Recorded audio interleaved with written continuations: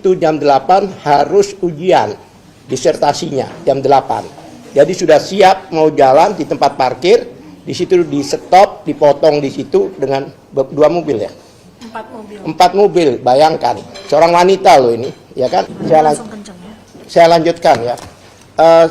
Saya yakin karena media selalu ikut ya, mengikuti dan membersamai kami di setiap langkah kami. Ya, di rumah sakit juga terlibat, seperti yang kita ketahui bahwa ada penangkapan-penangkapan yang sebenarnya tidak sesuai dengan prosedur, dengan tidak sesuai dengan ketentuan yang dilakukan oleh penyidik, dalam hal ini kepolisian Polda Metro Jaya, yang mana selama ini yang kita ketahui dan media sebagai saksi yang sering hadir pada saat mereka melakukan wajib lapor dan tidak pernah telat. Tiap minggu lakukan wajib lapor hampir 30 kali. Dan setiap dipanggil kami hadir, kooperatif. Tapi tiba-tiba pada hari Jumat pagi hari 19 Juli ada kejutan yang mengejutkan. Bahkan banyak orang mengatakan bahwa itu ada tindakan brutal karena tidak berdasarkan ketentuan yang ada. Yang mana biasanya orang kalau dipanggil atau dipaksa untuk diambil di tiap tempat kediamannya itu adalah orang-orang yang mangkir dan sebagainya. Dengan ini adalah kooperatif, sehingga dasar daripada penjemputan paksa yang dikatakan oleh kepolisian, karena hari itu dari pihak keluarga menelpon saya bahwa ada polisi datang pagi-pagi hari, datang ke tempat jam 6 pagi, yang mana Ibu Tiffany kebetulan hari itu jam 8 harus ujian disertasinya jam 8. Jadi sudah siap mau jalan di tempat parkir, di situ di stop, dipotong di situ dengan 2 mobil ya. 4 mobil, bayangkan. Seorang wanita loh ini, ya kan, yang tidak pernah melakukan tindak pidana kriminal. Seorang wanita yang selama ini melaksanakan hak konstitusinya dalam menguji satu dokumen publik. Kemudian saya tanya, telepon disambungkan, karena kami juga khawatir siapa mereka ini. Karena tidak berbaju polisi ya, berbaju preman. Sehingga pada waktu itu saya minta berhubungan telepon dengan salah satu orang yang menangkap itu. Saya ingin memastikan, karena zaman sekarang ini kan nggak jelas apa benar gitu.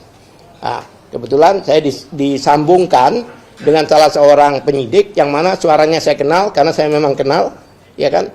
Saya dihubungkan. Dan mereka itu bertutup muka, jadi pakai masker yang tebal gitu, tinggal matanya saja, kan ngeri juga kan. Kalau memang ini resmi dan sebagainya, kenapa harus menutup mukanya dan sebagainya gitu loh, ya kan. Bahkan kemarin dinarasikan mereka ini ditangkap dan diambil di tempat parkir. Kemudian ada yang menarasikan bahwa kenapa datang karena untuk penggeledahan. Kok penggeledahan kan di rumah, bukan di tempat parkir. Dan seharusnya kalau memang itu penggeledahan kan diajak balik untuk ke tempat kejadian, ini tidak. Kemudian kami tanya, apa-apaan ini? Kenapa kok pagi-pagi disatroni lah istilahnya? Tugas atasan, arahan, perintah atasan. Untuk apa? Untuk penjemputan paksa. Kami lakukan upaya paksa. Kami kaget banget. Upaya paksa itu biasanya dilakukan jika orangnya mangkir. Dipanggil 3 kali dengan layak. Itu 3 hari seharusnya.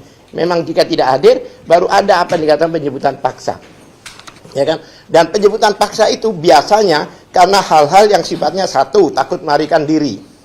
2, menghilangkan barang bukti. Bukti apa lagi? Udah ratusan bukti yang mereka punya. 130 saksi. Ya kan? Bukti apa? 709 itu surat, Mbak. Ya. Tapi di yang lain-lainnya itu 17 item. Itu baru 1 surat itu. 709 bukti.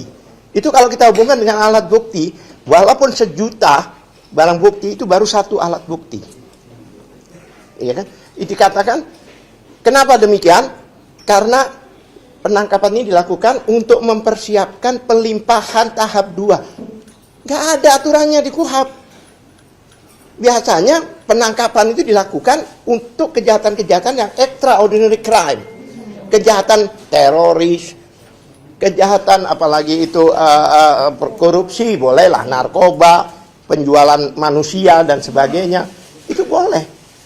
Ya kan? Ini pasal yang dikenakan adalah pasal yang di bawah 5 tahun, pencemaran nama baik, tapi seolah ada satu peristiwa besar yang harus dilakukan. Hal itu tidak ada aturan menyatakan hanya untuk persiapan penyerahan P21 tahap 2. Menyerahkan gini aja. Padahal kalau kita ditelepon kita datang. Satu. Itu dalam 3 hari itu ada drama yang benar-benar drama tragis menurut saya. Drama yang luar biasa. Lah, pada waktu ditangkap, dibawa ke sana, diperiksa oleh kedokteran seharusnya. Biasanya dokternya hadir ke situ. Tapi orang-orang ini malah dibawa ke iya, ke polisi, ya kan? Dibawa ke polisi dan pada hari Minggunya, yang mana hari Senin paginya, itu rencananya jadwal jam 8 sudah dicerahkan, itu jam 11 malam datang segerombolan orang dari kepolisian untuk mengambil. Padahal kurang berapa jam, yang harusnya langsung dilimpahkan ke kejaksaan. Jadi dipaksa diambil dalam posisi masih diinfus, lemah, diambil. Karena pada waktu itu kami juga tahu undang-undang, tahu hukum, bahwa itu bertentangan dengan undang-undang kesehatan maupun peraturan menteri dan sebagainya. Tidak boleh ada memulangkan pasien di malam hari. Apalagi dalam keadaan yang belum dikatakan oleh dokter yang menangani itu boleh dipulangkan. Kami bertahan itu. Sehingga mereka sudah melebihi jam 12, yang mana sudah di luar surat tugasnya. Kan tugasnya kemarinnya, maka mereka balik. Pagi-pagi mereka datang, 6:30 kalau nggak salah jam 6, akan diambil dibawa ke Polda Metro. Nah, kami ikuti sampai di sana. Kemudian dari Polda Metro, mereka diminta untuk pakai baju oranye. Bayangkan, ini adalah orang yang melakukan hak konstitusionalnya. Adalah orang yang mengkaji ijazah publik. Baju oranye bahkan diborgol. Bayang nggak? Kemudian dibawa ke kejaksaan. Alhamdulillah, jaksa objektif. Dan jaksa nampaknya tidak mau dijadikan bemper untuk melanjutkan penahanannya.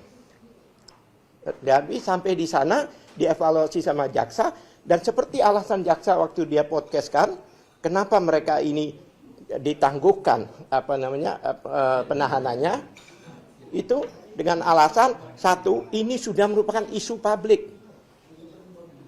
Kan sidang ini bakal bertahun-tahun loh. Anda tahu nggak? 1,5 meter itu BAP. Pada waktu mau dilihat itu digotong 4 orang. Seperti bawa jenazah gitu. Itu bayangkan. Segitu panjangnya. Digotong. Butuh waktu bertahun-tahun ya. Iya. Saya juga heran apa ini, aku bilang. Membuktikan satu surat dengan bukti setinggi itu. Saya ukur dengan tubuh saya waktu itu, saya kalah tinggi gitu.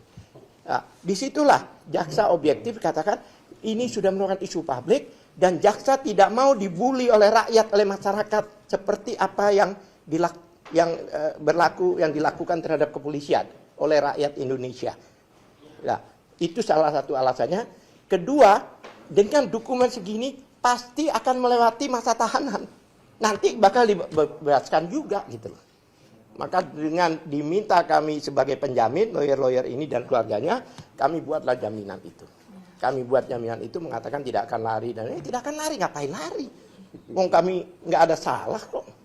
Nah, kemarin digaungkan juga oleh grupnya, lingkarannya Jokowi itu, jaksa mengajak restoratif justice. Saya akan tanyakan, bagaimana sih? Dia baca KUHP baru nggak?